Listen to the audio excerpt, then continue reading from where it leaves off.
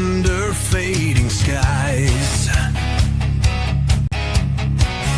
Tattered flags waving dreams in our eyes. The crowds roar like a storm on the wind. We're the underdogs fighting again.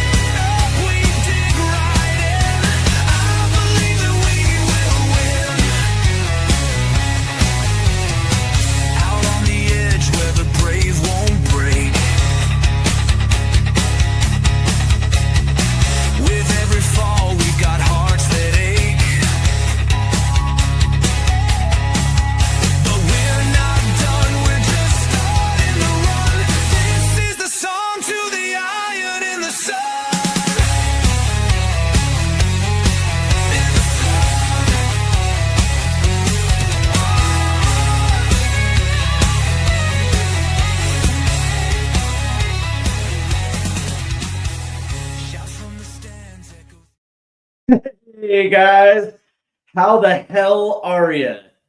God damn it, it's a good Thursday. Listen, make sure you hit those like and subscribe buttons and make sure you turn on the notifications. You know how we do it here on Stateside Footy, man. But fuck it, man. Let's get after it.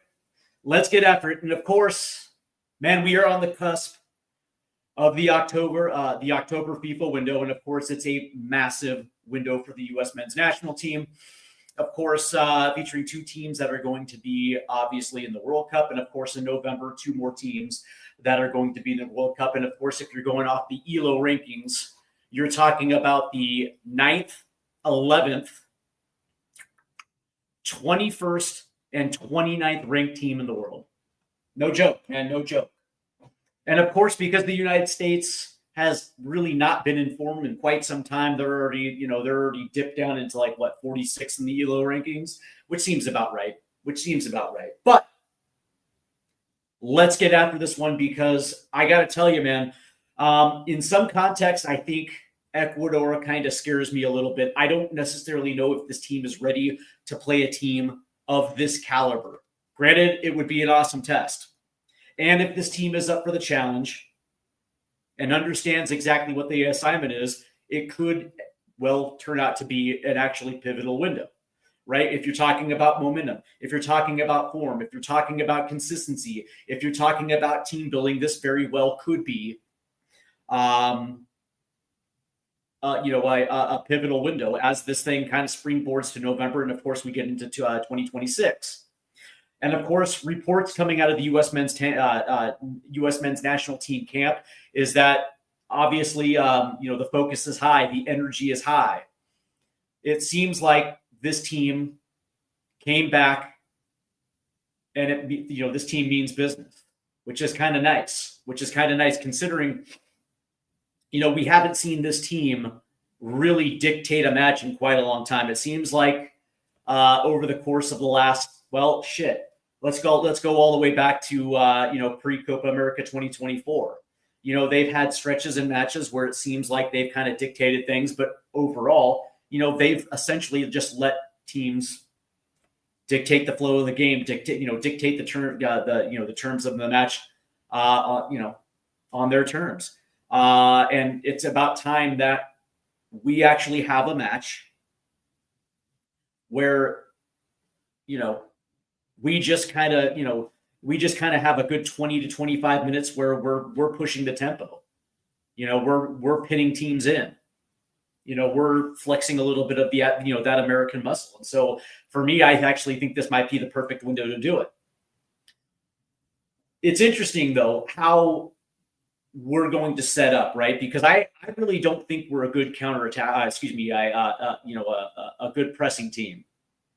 I think there's certain moments in matches where, whether it's on goal kicks or whether it's in throw-ins or whether it's on long free kicks and some of these things where, yeah, like obviously, we're going to press, but as a collective and as a group, we're not really that good at pressing, right? So it doesn't necessarily allow us to necessarily start a counterattack higher up the pitch. It almost feels like, this team is really kind of we're going to let you, we're going to let you have the ball across midfield before we actually, potentially institute a mid block. Now, granted, the interesting thing is like, when it comes to back lines, right? Is that at the 18 or is that at the 35? Like, where are we starting this counterattack, right? And I think those are the fine things that I think this window could potentially solve, right? I think there's answers that a lot of fans actually have questions like, what is the identity of this team? What does this team want to be under Mauricio Pochettino? Before we get into it, let's go ahead and check. Let's check out my predicted Ecuadorian starting 11. I predict they're going to come out in a 4-2-3-1. They have Galindez in goal. Their back four of Ordonez, Toros, Pacho, and Stupinan. And of course, William Pacho plays for PSG. Very, very, very, very good player. Obviously, this is a team that's identity is on defense. This is a defensive first type of team. And generally speaking, they have Moises Caicedo in that midfield. And of course, he's your wipeout, he's your wipeout six, right? That dude is just unbelievable. He's not going to be here in this match. Neither is Piero Hincapi. He's not going to be here as well, too. The Arsenal defender, not going to be here. So those are two key pieces that are going to be missing from this defense, along with Golazo Plata. He is being held back because of a knee injury. But that being said, this is a very good defensive team. This is going to be a team that's identity is surrounded by defense. And of course, when you talk about physicality and you talk about pace, this team actually has it in spades. And they also get forward incredibly quick as well too. So from a U.S. standpoint, the question is how are we going to be able to break this team down, especially when you consider what they've done in World Cup qualifying. And they also had a points deduction. That's kind of funny too when you consider it. 8 wins, 8 draws, 2 losses, 14 goals scored, 5 conceded throughout the entire World Cup qualifying processes. And of course, they were the best team defensively as far as goals against in this entire qualifying circuit, along with Argentina and Paraguay. They surrendered 10, and of course, we face Paraguay next window. But this is what this team is. They are a very strong, close-knit defensive team. And so that to me begs the question, how are we going to break this team down? Very good team. How are we going to be able to dominate parts of this match? How are you going to be able to get forward and even put them in a position where we're going to be able to pin them in? What formation is going to be right? Because again, man, this is, their attacking four is going to be good, man. Paez right there. Unbelievable player. Same thing with Yeboah. And of course, Ender Valencia is one of those type of dudes that are going to kill you in any spot in the box if you let him roam free. This is a very good team. Ninth ranked team in the world. And I don't think they've lost since May of 2024. This team is very good. So how do we set up? What makes sense? One of the things that I like about this roster is the balance that Mauricio Pochettino brought in. And it would seem to play out that this might be something of a potential, 4-2-3-1, double pivot, a traditional 6, a traditional box-to-box, deep line playmaker type guy. But that being said, and considering, Timmy Way is in camp as well too, and I think Mauricio Pochettino looks at him as a traditional out and out winger. But that being said, when you look at the way he's been playing in Olympique Marseille, he's kind of been playing in that right back position. So I have two predicted lineups for the U.S. men's national team, and we're going to get into it in just a second. And this is my first, based on what we saw against Japan, where we came out in a back three, and we were able to do things. Number one, we were actually able to have link up play through the middle of the park with both Adams and Roldan. We looked open. We had width. We were able to play balls into the box far more accurate, and with a lot more volume than we saw with a back four, and essentially an attacking four.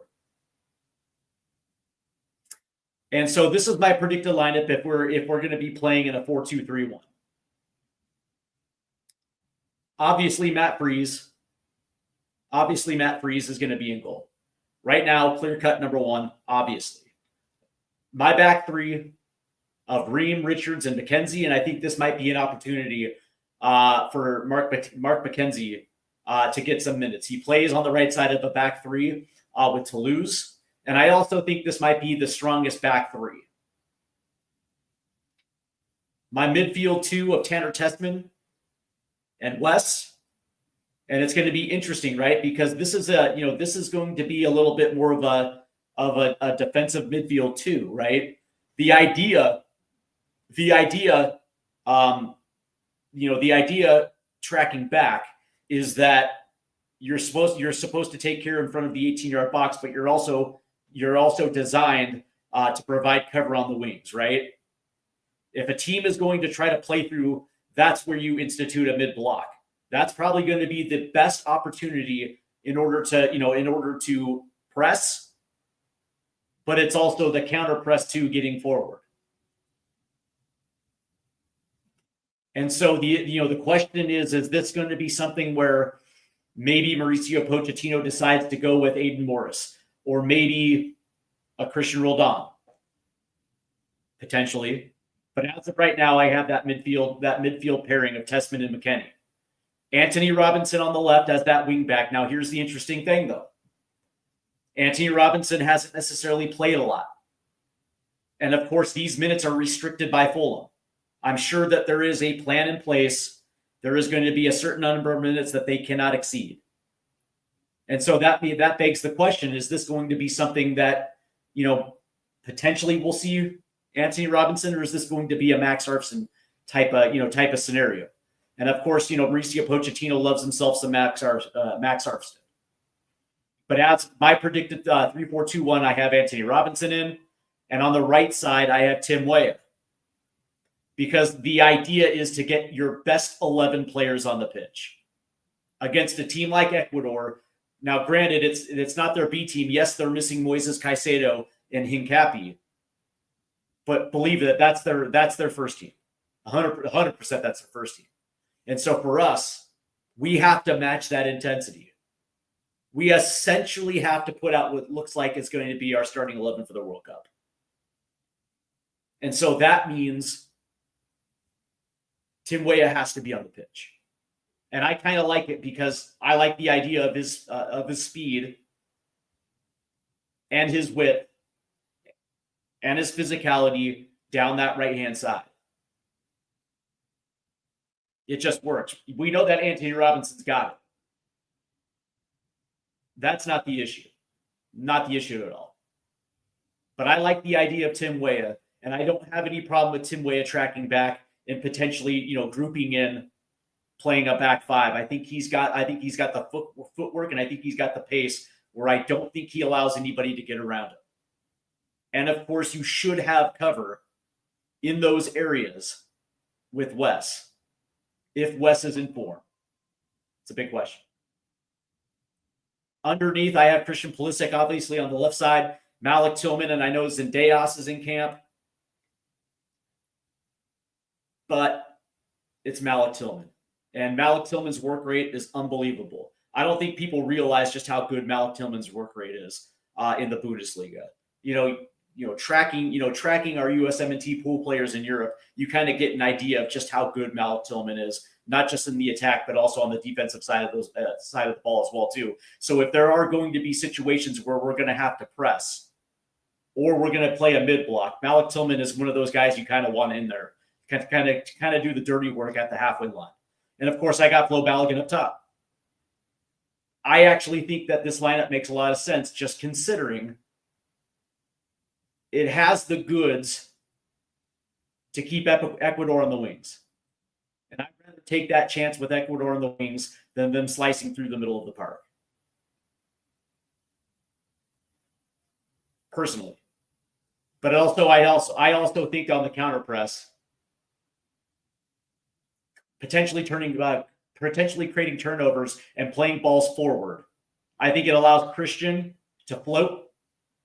It allows them the freedom to be himself. And of course, the link up play between Christian and Balogun obviously is something that cannot be denied. But that being said, it's also going to allow Tillman to do the exact same thing off the right-hand side. And you're going to have dudes like Timmy Weah or even a potential Weston McKennie crash in the box. To me personally, I think this gives us the best advantage against a team like Ecuador. And by the way, Ecuador, that's going to be a tough riddle to solve, man. I don't necessarily understand how we're going to be able to break them down. But that being said, with this lineup on the pitch, I think it gives us a pretty good chance. I do got a question for you guys though.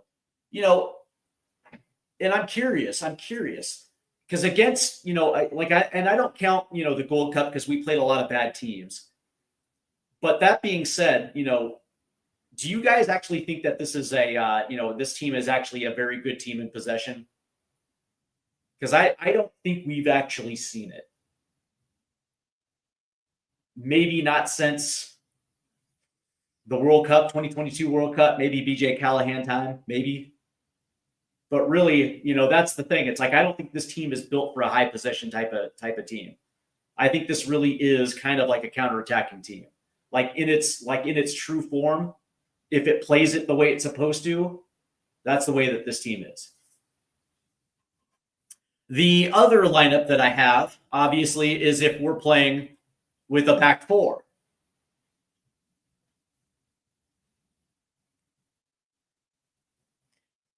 And of course, it changes a little bit. Changes actually a lot, actually.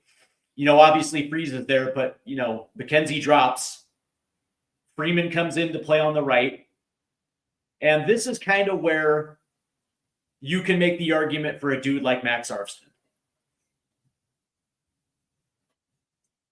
And again, I really don't like Arfsten at left back. I really don't. He's a winger with Columbus. And I think he's a massive liability. But again, the question is like, how many minutes is Anthony Robinson going to be available for this window? What is that number? What is that, predetermined number, that Fulham came up with, right? Because that is, a big equation to this one. As of right now, I do have Robinson on the left and Freeman on the right. Richard's Dream, obviously self-explanatory. Tessman McKinney at the double pivot. And then the attacking three, the midfield three of Pulisic, Tillman, and Weah. And then Balogun up top. The problem with this one, the problem with the back four is that I don't think it suits this team, not in any shape, way, or form. We've seen it. And we've seen how it handcuffs this team as it tries to attack. Now, granted, a lot of that was with Max Arfsten bobbing down the left-hand side. And so when Christian shades and there's no service into the box, it nearly handcuffs, and he doesn't necessarily have the freedom that he needs, to be the type of player that we all think that, Christian can be. Not to mention, I don't think there's a lot of chemistry with this team playing this formation. Not with the national team. Not even with the club teams either. Most of these guys play in a back three, with the exception, I think, Ream, probably, Freeman. But that being said, most of these guys do play overseas in a back three, and I just don't think that this formation necessarily suits them. Especially considering that in transition, when there is a turnover and teams counter quick, they're wide open through the midfield. We saw that against South Korea. We saw it against Switzerland, Turkey, Mexico. They were able to essentially play right through the play right through the heart of the pitch. They were able to set up. They were able to occupy space in front of the 18. They were able to make little, cheeky little runs in behind defenders.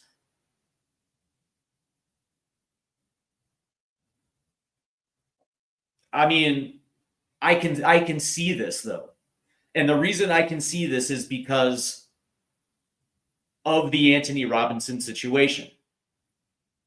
If this is a situation where Fulham is like no against Ecuador, but yes against Australia, because it's a little bit of a lighter opponent and you can give them 40 to 60 minutes. Yeah, I can probably see a scenario where Max Starkson comes into the match and they roll with a back four. But that being said, I just don't think this formation gives this team the freedom that's necessary in order to break down a back line of Ecuador. Ecuador is so good. And they are so fucking tough defensively. That's the biggest problem. Like, I don't necessarily think like either formation are necessarily going to do the job. But if I had to pick, it's going to be the back three, because I think it allows this team to get forward and utilize space correctly. With this one, you already know exactly how it's going to play. Christian's going to shade centrally. Tillman's going to move a little bit to his right, and Anthony Robinson's going to bomb forward. But that being said, good defenses know how to push the action to the middle of the pitch.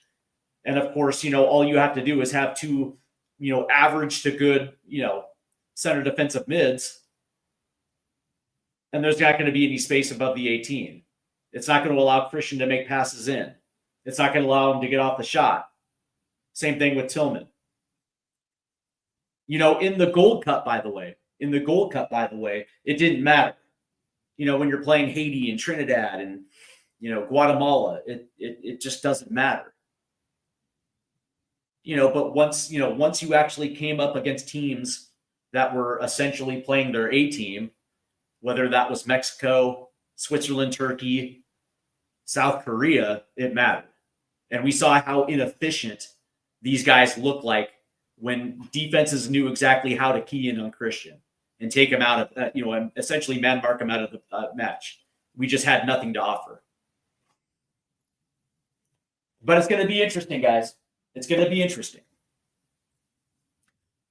But that being said, as we are doing this prediction, especially against this match against Ecuador, I think there's a few things that, me personally, I think that we should see from this team. Number one, we need to have our best players on the pitch. Like, no more experimentation, right? Mauricio Pochettino needs to decide who his best 11 is going to be, and that lineup has to be on the pitch for both teams. No more experimentation. If this is the very best 11 that we have, then it's it. That's who's playing both matches. Now, you can rotate differently. Like at the 60 or 65th minute, if you want to start rotating in subs, sure, go ahead, man. Go ahead. And if that means we're going to see, Cameron Carter-Vickers or, Miles Robinson, or we're going to see Arfston, Freeman, Roldan, Luna. Okay, fine. Like, you can pick and choose the way that you're going to rotate your bench. Fair enough. But your starting 11 has to be your starting 11 for both. That is the first thing. The second thing to me is, know your opponent and understand exactly what they do exceptionally well and then where you can take advantage and potentially exploit. Ecuador, so goddamn good. And again, 9th ranked team according to the ELO rankings. They had in a year one change, they had a plus, what was it, a +6 differential in the rankings.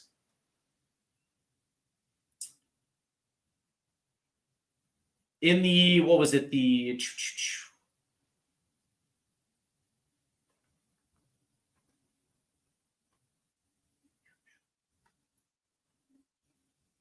interesting. That's crazy.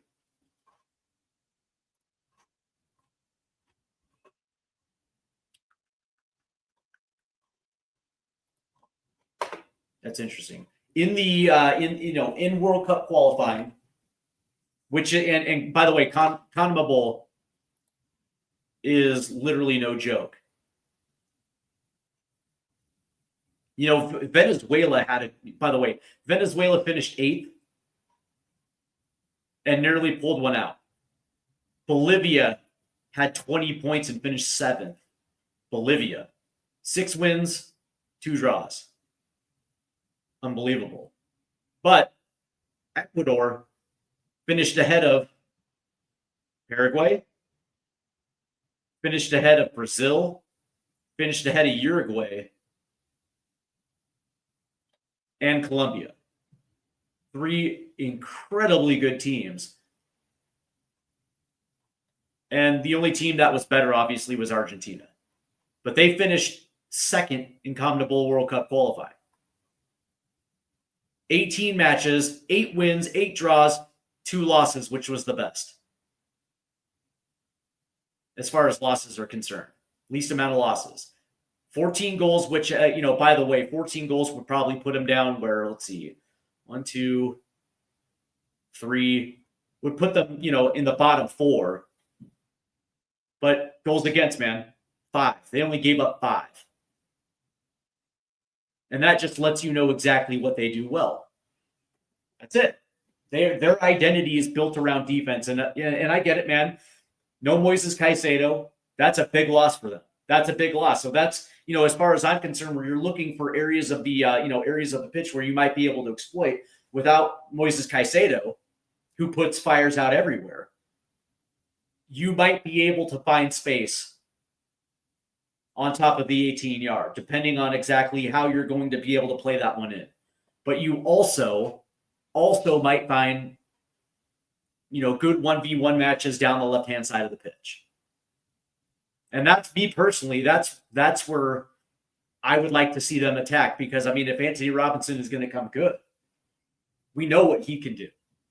Very good player putting the ball in the box. The question is there going to be the same opportunities on the right-hand side? That's why I have Timmy Weah at that right wing back position, because I think it makes a lot of sense. He's got the physicality, he's got the pace. He's also he's actually pretty good trying to take on, trying to take on his defender 1v1. So the question is like, because of the loss of Moises Caicedo, and the question is whether those 2 guys in the double pivot,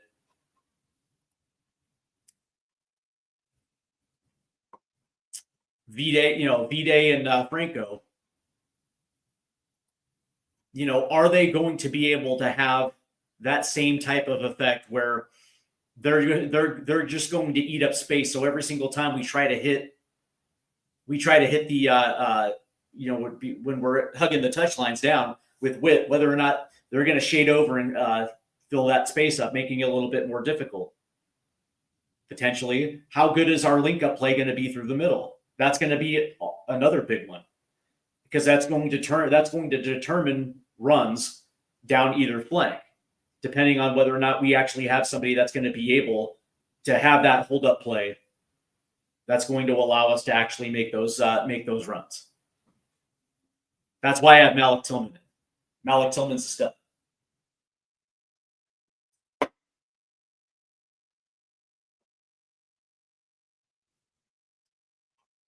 So this is going to be my predicted lineup. I'm going with a 3-4-2-1. And again, Matt Freese in goal, McKenzie, Richards, and Ream as the back three. Midfield four of Weah, McKennie, Tessman, and Robinson. My underneath forwards are Pulisic and Tillman, and of course Balogun's going to be up top. I think that is good enough to pull a result against Ecuador, the 9th best team in the world according to the ELO rankings, finishing second in Conmebol World Cup Qualifying. I think that might be good enough to get a result. Now, does that mean we're going to win? Are we capable of scoring 2 against Ecuador? I don't know. But can they get a result? Sure. Can they score a goal? Yeah, I think they can. Do they have the ability to continue pushing forward? Can they actually institute a mid-block and do their best to keep Ecuador in the wings? Yeah, I think they might. The question is, can they return the favor, and can they do it enough and apply enough pressure where at least for at least a good 20 minutes they might be able to put pressure going forward and actually dictate a match on their terms. That's the question. Let me guys know what you feel in the chat, man. How do you see this one playing out? Do you agree with my starting 11? Is there any changes you think would make this team a little bit more dangerous?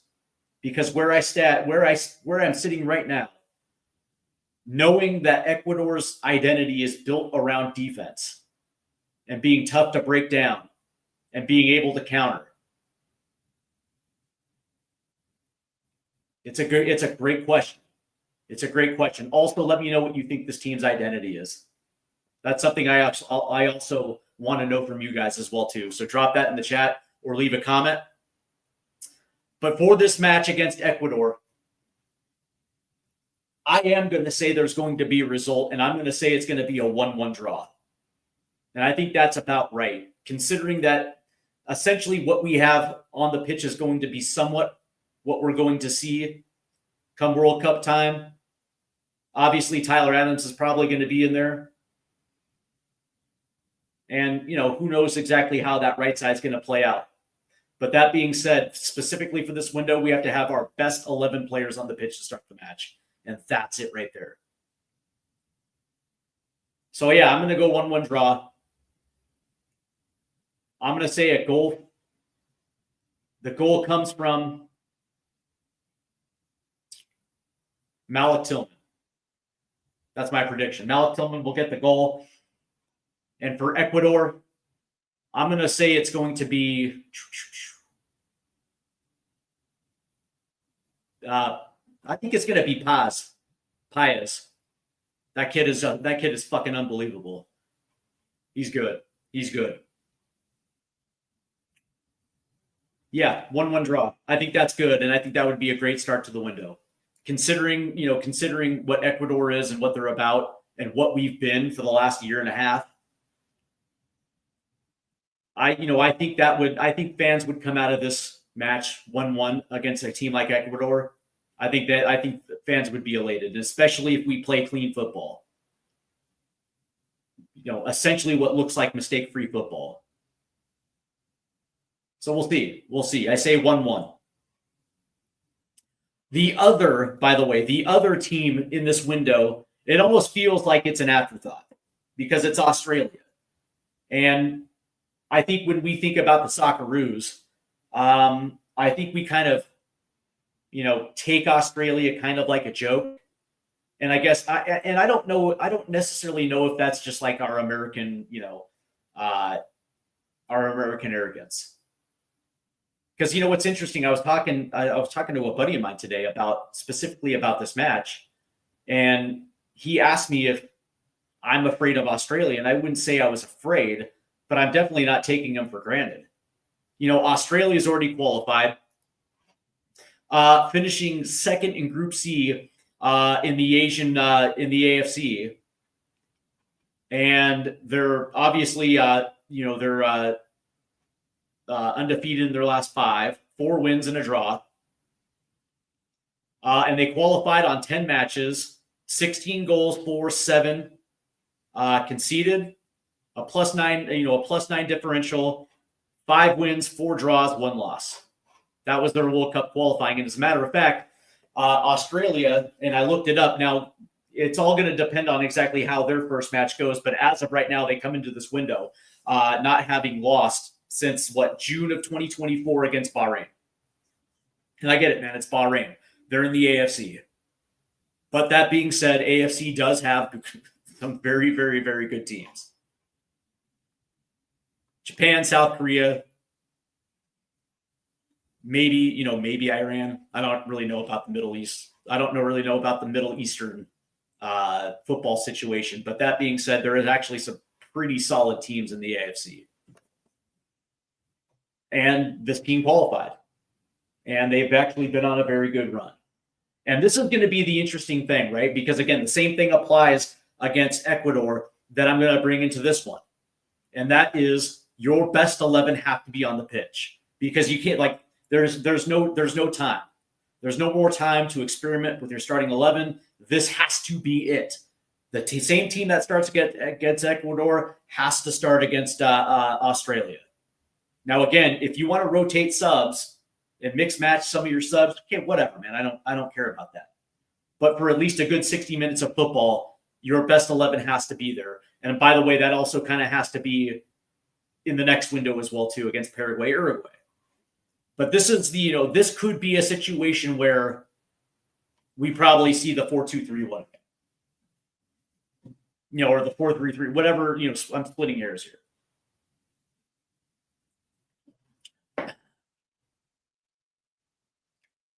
Because I think the reason for this is is a few different reasons. Number one, obviously the Anthony Robbins situation, and I keep going back to it because it has to be said, right? Fulham has Anthony Robinson on a minutes restriction for this window. He hasn't really played a lot.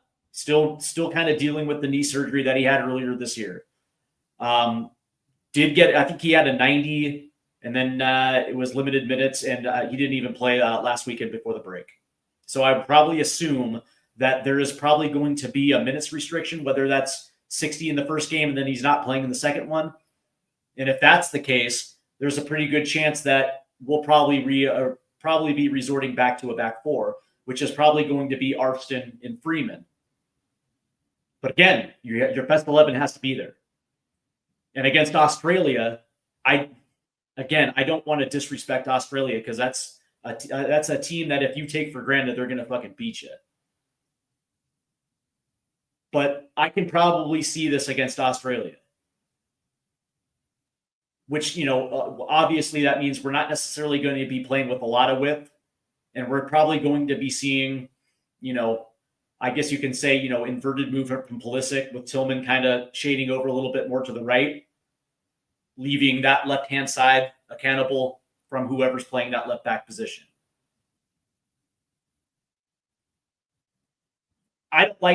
Me personally, I just don't think this lineup suits us at all. I think it restricts our best players, and I don't think it allows the freedom that Pulisic or Tillman need.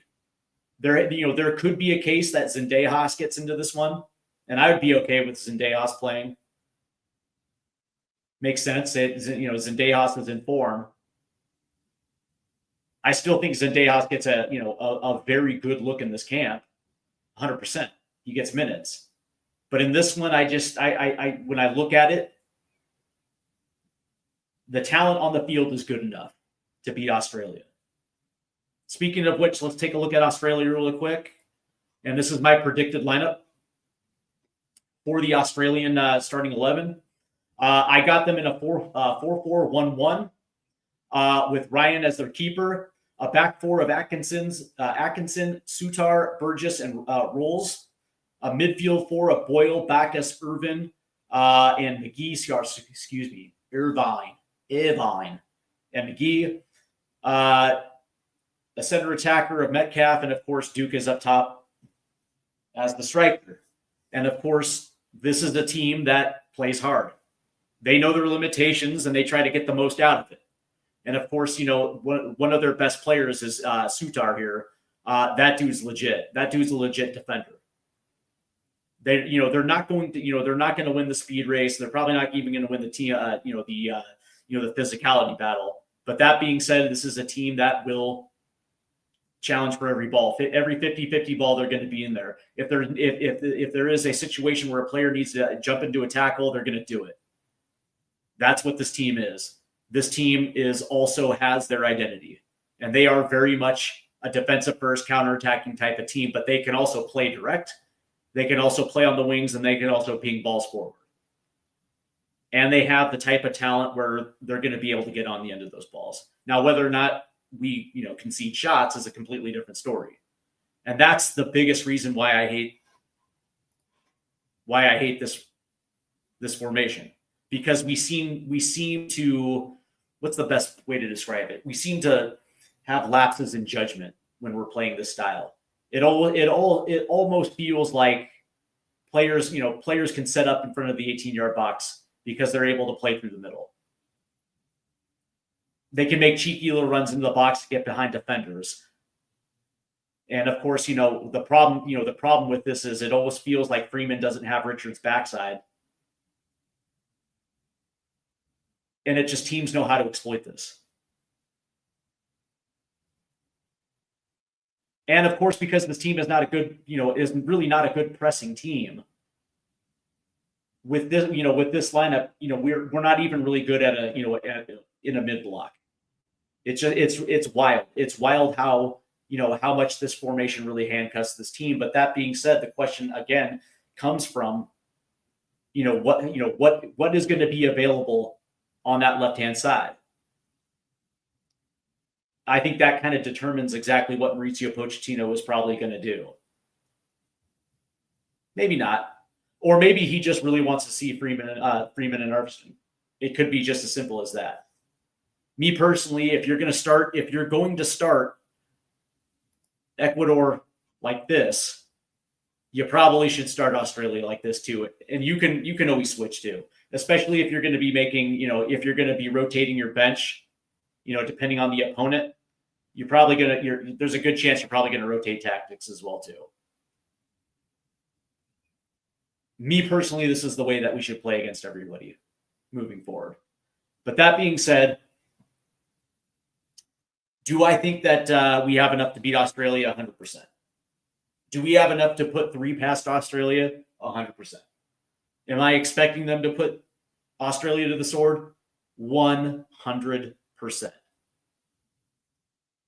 And this might be the type of match where we see a brace from Pulisic. It feels like it's going to be that type of match where it's going to be 1 from Balogun, 2 from Pulisic, and we keep a clean sheet. That's my prediction. 3-0 US against Australia. Sounds about right. And again, it's no disrespect to Australia, but that being said, when you think about who they're playing first before they play us, there's a good chance they're going to find out, like when we actually really take this shit seriously, trying to go through the Mexico-US gauntlet, the question is like, what type of team is going to show up after getting run on, potentially getting beat up against a team like Mexico? That really does push the pace. So I look at that as an opportunity to really just kind of set the vibes for the November window. And if that is how this plays out, where it's a 1-1 draw against Ecuador, 3-0 against Australia, and all of a sudden now we have that type of window, and we have that type of momentum, and we play at least as close as to mistake-free football. Now all of a sudden we got something. And I think that is going to set the tone for the November window, and I think it gets fans on board. And I think it somewhat relieves the skeptics too. Because I know there's still a lot of skeptics out there because of what we have seen over the last year and a half. Essentially pre-Copa America 2024. But that being said, that is that is what has to happen. Let's just say it. There's no better time than right now for this team. And they have a very good challenge on their hands. And one of the things that we have not seen is this team impose its will on a good opponent. Like, I don't give a shit about Trinidad and Tobago, or, St. Vincent and the Grenadines, or some of these, Caribbean island, nations that we play in the Gold Cup, right? If you're looking at that, it's a fugazi, right? It's teams that we should beat with our C squad. But when we've actually been tested, Panama in Copa America, Uruguay in Copa America, fucking Panama, Canada in the Nations League, Turkey, Switzerland, Mexico, South Korea. What's happened? Not only did we have any ability to control that match, but we looked fucking weak and pathetic doing it. And I think one of the biggest things that we saw last window was I think Mauricio Pochettino found something that works, and I think it makes this team happy. I don't know if you guys were paying attention to that Japan match. They actually looked fucking happy on the pitch, which is something we hadn't seen in the Mauricio Pochettino era so far. So I think that matters. But that being said, it's like when you're looking for advantages on the pitch, when you're looking for areas in which you can exploit, they're going to have some. And we have the talent that's going to be able to do it. The question is, the question for me is, and this is for you guys as well too, what is going to be the key against Ecuador? What is going to be the key to against Ecuador? Because that's going to unlock Australia. The key to Ecuador is going to unlock Australia, because if they get dummied and get played off the pitch against Ecuador, we're going to see wholesale changes against Australia. And who knows how that plays out. But for me, really, when I think about it, and I think about the fact that no Moises Caicedo, who is their best defender, one of their best defenders. William is awesome. William Pacho is awesome. Center back from PSG, very good footballer. But without Moises Caicedo in front of him, essentially a wipeout six, and it essentially covers every single blade of grass on the pitch. Without that, protecting the top of the 18-yard box, there's going to be space down the left-hand side. There's going to be space at top of the 18-yard box if you want to cut in and get Christian on his foot. Or he's going to be able to run. Same thing with Tillman, which is going to draw defenders away, and that's going to allow Tim Weah to occupy space down the right-hand side. The way that I look at this is like there's going to be areas of the pitch where we can actually get forward and either play balls in or make runs. And there's going to be an opportunity to get shots on net.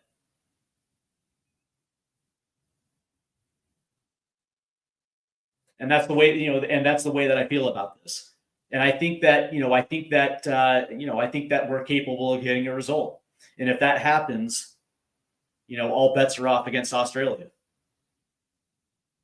I think we actually, walk away with this one feeling a lot better. Before I go, I do want to ask you guys this question. And it's specifically targeted to Weston McKennie. And maybe even a little bit of Tanner Tessman, because the last time we saw Tessman didn't necessarily look great. Same thing with McKennie. Both of those guys haven't been around the national team for a while. What is the expectation with those two? Clearly, Tessman right now is in form, and he's absolutely just killing it in Lyon. I think he had a couple game winners, absolute bangers. And I think I heard an interview with him today where he was saying that that has been a new added part of his game. But that being said, Wes, he made two starts. He made two starts recently. But for the most part, he's been a sporadic player for Juventus. The question is what is Wes's what is the expectation with his mindset, right? What type of player are we going to get? Because I think I think a lot of how this midfield is going to operate, the link up play is probably going to be a role, evolving around Wes. And what is that going to look like? Because me personally, I think Wes is hanging on by a thread.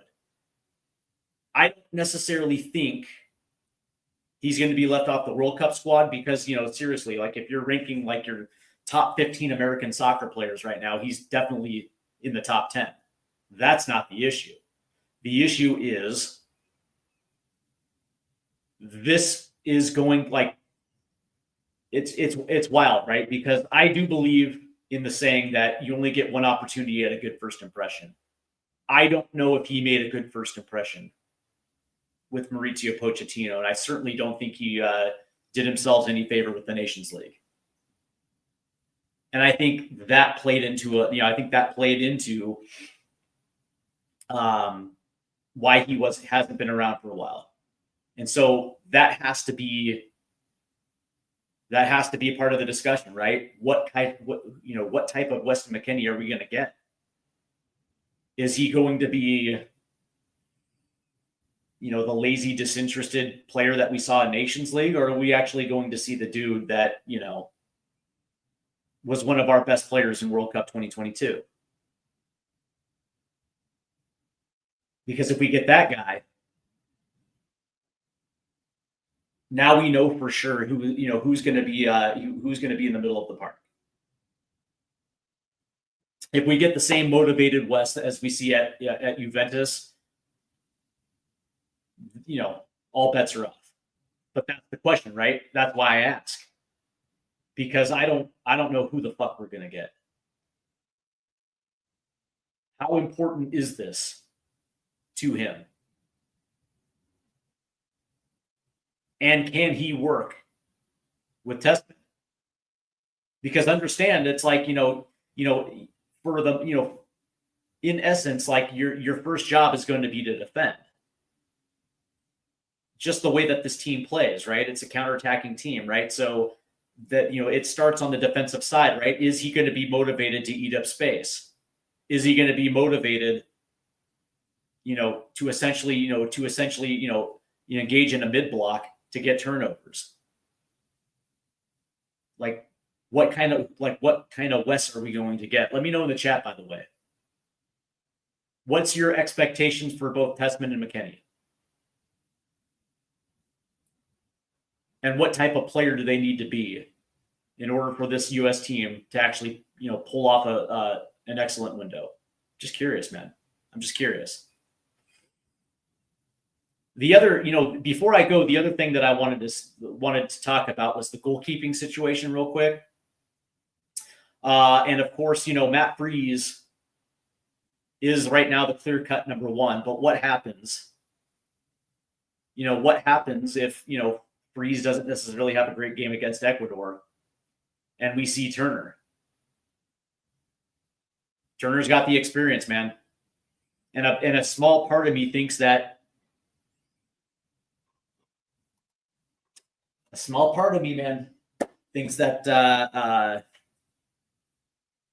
this could be an opportunity for him to work his way back up. But that being said, again, the key to Ecuador will unlock Australia. But I'll tell you what, man, I'm going to take off tomorrow, and I believe starting at 8:30. Yeah, actually, I think it's going to be more like 8:45, 8:50. We begin our pregame for the U.S. men's national team versus Ecuador. The USMNT live stream tomorrow night. And I'm just buzzing. I'm buzzing. It doesn't matter who we're playing. I just get so fired up for the national team because, quite honestly, man, this is my team, man. It's my team. And I expect to win every single time we go out there. But that being said, tomorrow night, and I think it's like 8:45, 8:50, we begin the pregame for the USMNT live stream here on Stateside Footy. And of course, against Australia as well, too, we will have the live stream here and I believe that is going to be on the 14th. So both matches here on Stateside Footy, and of course, I'm hoping to get some new graphics too for the watch along. I'm gonna have to look into it. But that being said, I want to thank you guys for tuning in tonight. Make sure you hit the like and subscribe buttons and turn on your notifications. That's a must. But that being said, to recap real quick, I have the U.S. men's national team drawing Ecuador 1-1. And then I think we beat Australia 3-0. And I think that sets the tone for the November window against Paraguay, Uruguay. And then, of course, those teams obviously pose a different challenge. But that being said, I think this is going to be a very successful window. We have on the pitch what looks like what's going to look like what it's going to look like in the World Cup. This is essentially just a dress rehearsal, and every match is going to have to be played this way from here on out. Obviously, we're still missing a couple key cogs, but whatever, man. So that's going to do it. Again, make sure you hit the like and subscribe button and turn on your notifications. I will see you tomorrow, and I hope you enjoy the rest of your Thursday, guys. Take care.